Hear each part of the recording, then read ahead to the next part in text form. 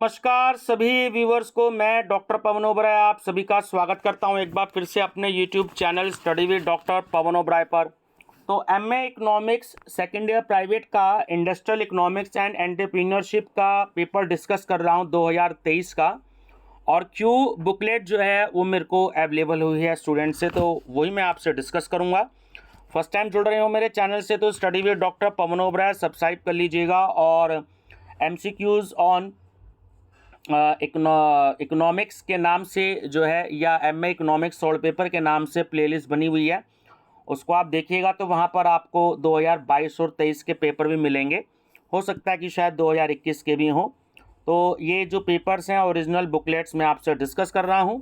तो आप PDF भी ले सकते हैं 50 रुपये डिपॉजिट करवा करके, या कुछ बच्चे जो हैं 2023 के पेपर लेना चाहते हैं या 22 के लेना चाहते हैं या 23-21 के लेना चाहते हैं, तो अगर आप 210 रुपये डिपॉजिट करेंगे गूगल पे, फ़ोनपे, पेटीएम से, तो आपको 2021, 22, 23 की PDF 16 पेपर की तीनों दे दी जाएंगे, यानी कि 21 PDF। तो व्हाट्सएप नंबर है 6396242878, डिस्क्रिप्शन बॉक्स में भी है, तो केवल मैसेज कीजिएगा, कॉल रिसीव करने का समय नहीं मिलता है। ठीक है, चलिए। तो रिवीजन पर्पज़ से मैं आपसे पेपर डिस्कस करूँगा, केवल क्वेश्चन और आंसर। और आप ये भी देखिएगा कि 2023 में सीसीएस यूनिवर्सिटी मेरठ ने किस तरीके के क्वेश्चंस स्टूडेंट से पूछे थे। आपको टीजीटी पीजीटी भी अगर आप भरते हैं तो उनके लिए भी काफ़ी हेल्पफुल ये क्वेश्चंस आपके लिए रहेंगे। प्लेलिस्ट देख लीजिएगा। तो क्वेश्चन और आंसर देखते हैं कि क्या क्या क्वेश्चंस आए थे। ठीक है, इंग्लिश मीडियम के स्टूडेंट्स को बड़ी हेल्प मिलेगी क्योंकि question same to same Hindi English दोनों में है। तो नंबर फर्स्ट क्वेश्चन है, उद्यमी का या के प्रकार हैं। तो देखिए, लघु व्यापार, मापनीय शुरुआती व्यवसाय और बड़ी कंपनी है, ये तीनों ही होते हैं। तो डी इसका करेक्ट आंसर है, उपयुक्त सभी। कर्मचारी भविष्य निधि योजना कब प्रारंभ हुई थी? सन 1952 में। एक नया उद्यमी वित्त प्राप्त कर सकता है, तो देखिए मित्रों और परिवारों से भी कर सकता है, बैंकों से भी कर सकता है और क्रेडिट कार्ड के माध्यम से भी कर सकता है। तो इसका जो है डी आंसर करेक्ट है, उपयुक्त सभी। 2022 में भारतीय अमीरों में सूची के अंतर्गत प्रथम स्थान पर कौन था? तो वो थे गौतम अडानी जी। स्टूडेंट्स, सारे सीसीएस यूनिवर्सिटी की रिवाइज आंसर की के अकॉर्डिंग आंसर मैंने लिए हैं, वही आंसर लगाए हैं मैंने। अगर आप किसी आंसर से सहमत ना हो तो आप अपना आंसर सही मान सकते हैं, बस शर्त यह है कि वो थ्योरी पोर्शन में दिया हुआ हो सकता है जहाँ से आपने एमसीक्यूज में पढ़ा हो तो उसमें भी गलत हो, तो थ्योरी पोर्शन में जनरली सही होते हैं ये। नंबर 5 है, मुद्रा बैंक कितनी स्कीमों के अंतर्गत ऋण प्रदान करता है? 3। मजदूरी कोष सिद्धांत किसने प्रतिपादित किया? मिल ने। सन 1991 की औद्योगिक नीति के अनुसार सरकारी तथा विनियोग के लिए आरक्षित क्षेत्रों की संख्या कितनी है? 17। औद्योगिक विवाद अधिनियम कब पारित किया गया? सन 1947 में। नई आर्थिक नीति 1991 के समय भारत के प्रधानमंत्री कौन थे? PV नरसिम्हा राव जी। बाजारीकरण है, देखिए बाजारीकरण यानी कि इंग्लिश में से मार्केटिंग कहते हैं, तो इंग्लिश में हम जो है मार्केटिंग कहते हैं, तो हिंदी में इसे हम विपणन भी कहते हैं। तो बाजारीकरण की जगह अगर विपणन शब्द दिया हो तो हिंदी मीडियम वाले कंफ्यूज मत होइएगा। तो ये एक सामूहिक प्रक्रिया होती है। कौन सी अर्थव्यवस्था में साधनों का आवंटन पूर्णतः कीमत प्रक्रिया पर आधारित होता है? पूंजीवाद। MNC से तात्पर्य, देखिए पूरा नाम पूछ रहा है, बहुत ही ईजी है, मल्टीनेशनल कॉरपोरेशन। विभिन्न देशों में एकीकरण की प्रक्रिया को कहा जाता है? तो उसे हम कहते हैं ग्लोबलाइजेशन, भूमंडलीकरण। वैश्वीकरण से जीवन स्तर उच्चतम उठ गया है, किसका? ग्राहकों का। पुरुषों और महिला श्रमिकों को भर्ती करते समय कोई भेदभाव नहीं किया जाए, निम्न किस अधिनियम में कहा गया है? तो ये समान पारिश्रमिक अधिनियम में कहा गया है। मजदूरी के राजकीय विनिमय की विधि निम्नलिखित में से कौन सी नहीं है, सामूहिक सौदेबाजी, कलेक्टिव बार्गेनिंग। भारत में वर्तमान में कितनी नवरत्न कंपनियां हैं? बड़ा ही इंपॉर्टेंट क्वेश्चन है। तो इस समय 14 कंपनियां हैं भारत में नवरत्न कंपनियां। निम्नलिखित में से कौन सी महारत्न कंपनी है? तो वो है HPCL। थोड़ी सी आप डिटेल गूगल से पढ़ सकते हैं। हर बार ये क्वेश्चन आता है कि नवरत्न कंपनियां कौन सी होती हैं और नवरत्न कंपनियां कौन सी होती हैं। मुद्रा बैंक किस क्षेत्र के लिए काम करता है? तो जितने भी सूक्ष्म तथा लघु उद्योग होते हैं, स्मॉल एंड कॉटेज इंडस्ट्री, उनके लिए मुद्रा बैंक वर्क करता है। मुद्रा बैंक का प्रारंभ कब हुआ था? सन 2015 में। भारत में औद्योगिक कृत्य निम्नलिखित में से कौन सा नहीं है जो सामूहिक अकार्मिक छुट्टी है? मद्रास श्रम संघ के संस्थापक कौन थे? BP वाडिया। कौन सी पत्रिका श्रम की समस्याओं से संबंधित है? तो वह है Indian journal of labour economics. The theory of industrial organisation किसने लिखा? तो वो लिखा जीन तिरोल ने। स्वतंत्र भारत में अब तक कितनी औद्योगिक नीतियों की घोषणा हुई है? 5। वर्तमान में भारत में कितने औद्योगिक सार्वजनिक क्षेत्र के लिए आरक्षित हैं? 2। 27 का आंसर यूनिवर्सिटी ने नहीं दिया, काट लिया है रिवाइज आंसर की में। भारत का मोक्ष कुटीर एवं लघु उद्योग में निहित है, यह कथन किसका है? महात्मा गांधी जी का। समान पारिश्रमिक अध्यादेश किस वर्ष पारित किया गया? सन 1975 में। विदेशी मुद्रा अधिनियम, देखिए फेमा है ना, बहुत इंपॉर्टेंट है, कब लागू किया गया? तो ये अप्रैल 1999 में लागू किया गया था। औद्योगिक संबंधों के का निर्धारक कारक निम्न में से कौन सा नहीं है? जो प्रौद्योगिक कारक होता है, टेक्नोलॉजिकल फैक्टर्स। भारत में सर्वप्रथम संगठित होने वाला मजदूर संघ कौन सा था? वो था मद्रास मजदूर संघ।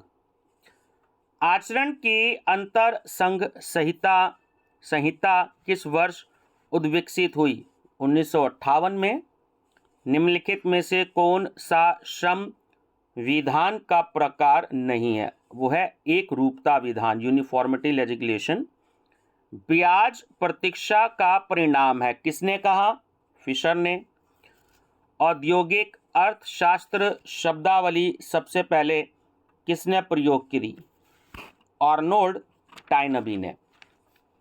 औद्योगिक अर्थशास्त्र है तो ये फर्मों का, उद्योगों का और बाजारों का, तीनों का है, तो इसमें डी करेक्ट आंसर है, उपयुक्त सभी। राष्ट्रीय उत्पादकता परिषद की स्थापना कब हुई? 1958 में। भारतीय बाजार श्रम में कुशल श्रमिकों का है, क्या है? मांग से कम।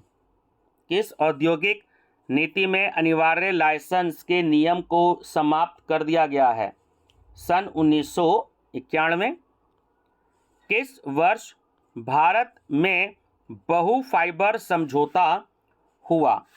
1 जनवरी 1974 में। औद्योगिक वित्त के बाह्य साधन है, तो देखिए वो सार्वजनिक जमा भी हो सकती है, यानी कि पब्लिक डिपॉजिट, शेयर्स भी हो सकते हैं और लोन भी हो सकता है, ऋण भी हो सकते हैं। तो डी इसका करेक्ट आंसर है, उपयुक्त सभी। कब बहिर्गमन नीति, एग्जिट पॉलिसी पारित हुई? 1991 में। कौन सी संस्था भारत में निवेश तथा विदेशी व्यापार का समर्थन करती है? विश्व व्यापार संगठन है ना, वर्ल्ड ट्रेड ऑर्गेनाइजेशन। निम्नलिखित में से कौन सी भारतीय बहुराष्ट्रीय कंपनी नहीं है? यूनिलीवर। निम्नलिखित में से कौन सा उत्पादन प्रबंध के उद्देश्यों में से एक है? वो है सही गुणवत्ता, है ना। गुणवत्ता यानी कि जैसे हम क्वालिटी शब्द इंग्लिश में इस्तेमाल करते हैं, हिंदी में गुणवत्ता, राइट क्वालिटी। शब्द रिटेल किस शब्द से व्युत्पन्न हुआ? फ्रेंच शब्द से। चैंपियंस एक प्रौद्योगिकी मंच का प्रारंभ कब हुआ? जून 1920 से। अल्पाधिकार किस बाजार की एक किस्म है जो आपकी ओलिगोपोली होती है, इम्परफेक्ट कंपटीशन की होती है, अपूर्ण प्रतियोगिता। उत्तर प्रदेश का आईटी केंद्र यानी जिसे हम हब कहते हैं, तो वो कहाँ पर है आप सब जानते ही हैं, नोएडा में। एकाधिकारात्मक प्रतियोगिता की अवधारणा किसने दी? मोनोपोलिस्टिक की चैम्बरलिन ने। पैमाने की मितव्ययिता किस तरीके की होती है? देखिए वो आंतरिक और बाह्य दोनों तरीके की हो सकती है, तो सी करेक्ट आंसर है, ए और बी दोनों। किंकित मांग वक्र सिद्धांत किसने प्रतिपादित किया? पॉल एम स्वीजी ने। क्रेसेल का गठन किस वर्ष हुआ? 1987 में। भारतीय वित्त और बट्टागृह Indian finance and discount house कब स्थापना हुई इसकी? 25 अप्रैल 1988 को। ठीक है, 1988 लगभग स्टूडेंट्स को याद रहता है, डेट अच्छे से याद कर लीजिएगा, 25 अप्रैल 1988 में। बहुराष्ट्रीय कंपनियां उत्पादन स्थापित करने के लिए क्या चुनती हैं? सस्ते श्रम संसाधन। बहुराष्ट्रीय कंपनियों द्वारा किए गए निवेश को करार दिया जाता है, विदेशी निवेश को, जो फॉरेन इन्वेस्टमेंट होती है। भारत में औद्योगिक उत्पादन का वर्तमान आधार वर्ष है 2011-12। एक अच्छा कुशलता अनुपात है 50%। वस्तु विभेद किसमें पाया जाता है? जाहिर सी बात है वो अपूर्ण प्रतियोगिता में पाया जाता है, इम्परफेक्ट कंपटीशन में। उद्यमी पूंजी प्रदाता से अलग था मध्य युग में। व्यापार योजना तैयार किया जाना चाहिए तो उसको उद्यमी द्वारा ही तैयार किया जाना चाहिए। एक सूक्ष्म उद्यमी है माइक्रो एंटरप्रेन्योर जिसके पास 0 से 10 एम्प्लॉय हों, कर्मचारी हों। व्यवसाय के जीवन चक्र का प्रथम चरण है तो वो है बीज या अवधारणा। उद्यमी प्रेरित होते हैं तो मुद्रा द्वारा भी, व्यक्तिगत मूल्यों द्वारा भी, और जो पुल प्रभावों के द्वारा भी, है ना। डी राइट आंसर है, उपयुक्त सभी तीनों के द्वारा होते हैं। किस वर्ष फेरा का रूप बदलकर फेमा किया गया?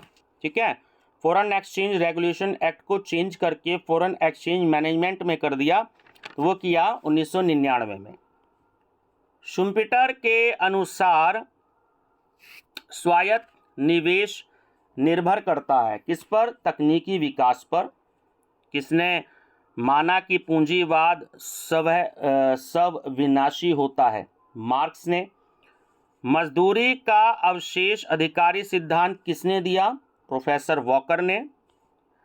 इन उद्योगों में से किस उद्योग के लिए लाइसेंस अनिवार्य है? शराब के लिए, तो बहुत ज़्यादा जरूरी है। मुक्त व्यापार को बढ़ावा देने के प्रयास में निम्नलिखित में से किसे बनाया गया? विश्व व्यापार संगठन को, WTO को। वर्तमान में भारत में सूक्ष्म उद्योगों की अधिकतम निवेश सीमा है, जो माइक्रो इंडस्ट्री हैं वो 1 करोड़ रुपए तक जो है इन्वेस्ट कर सकती हैं।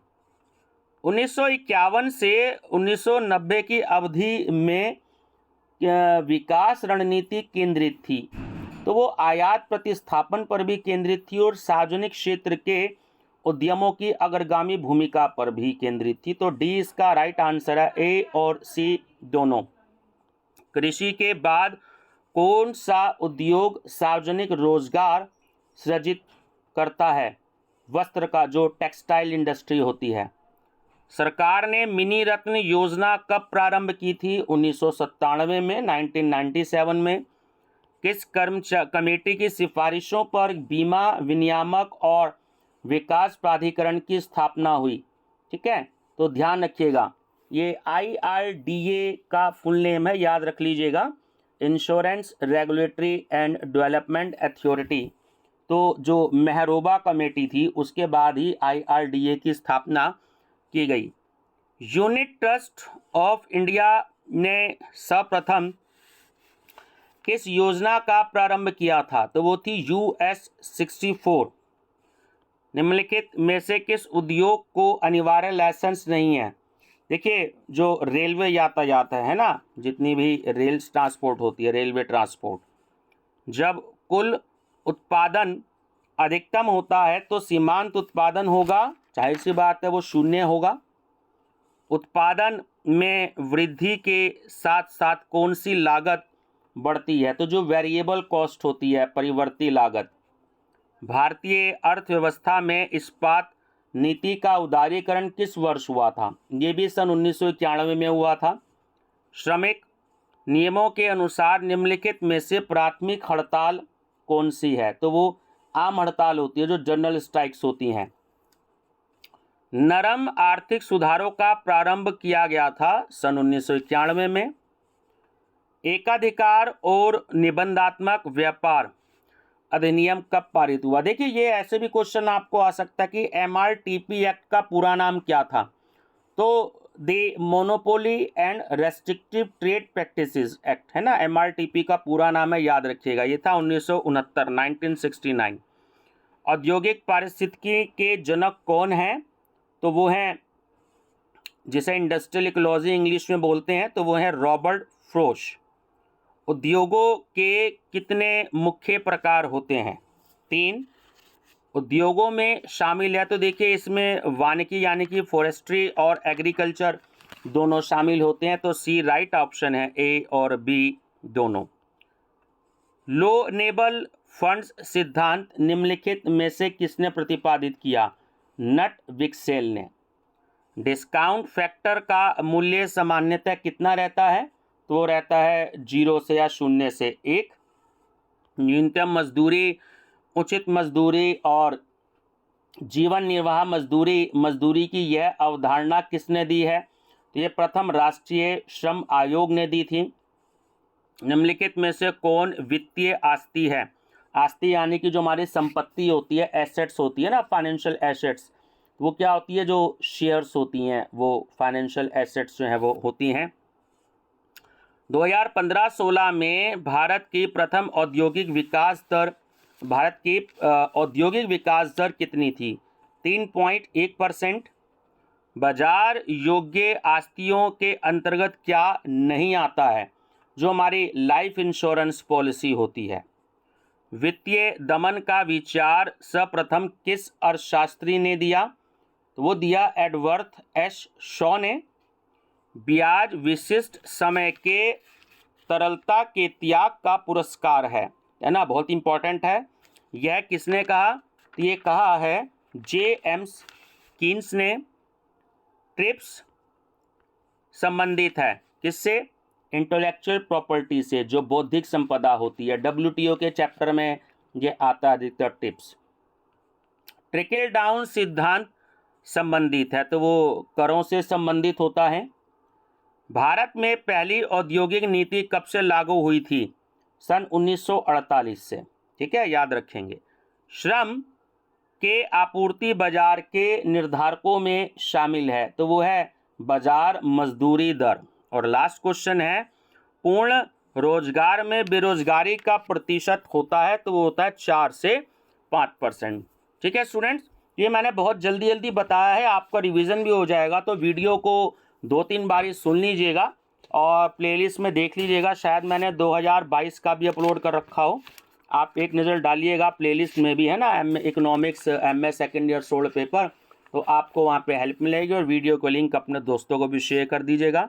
बाकी मेरी तरफ से thank you, best of luck.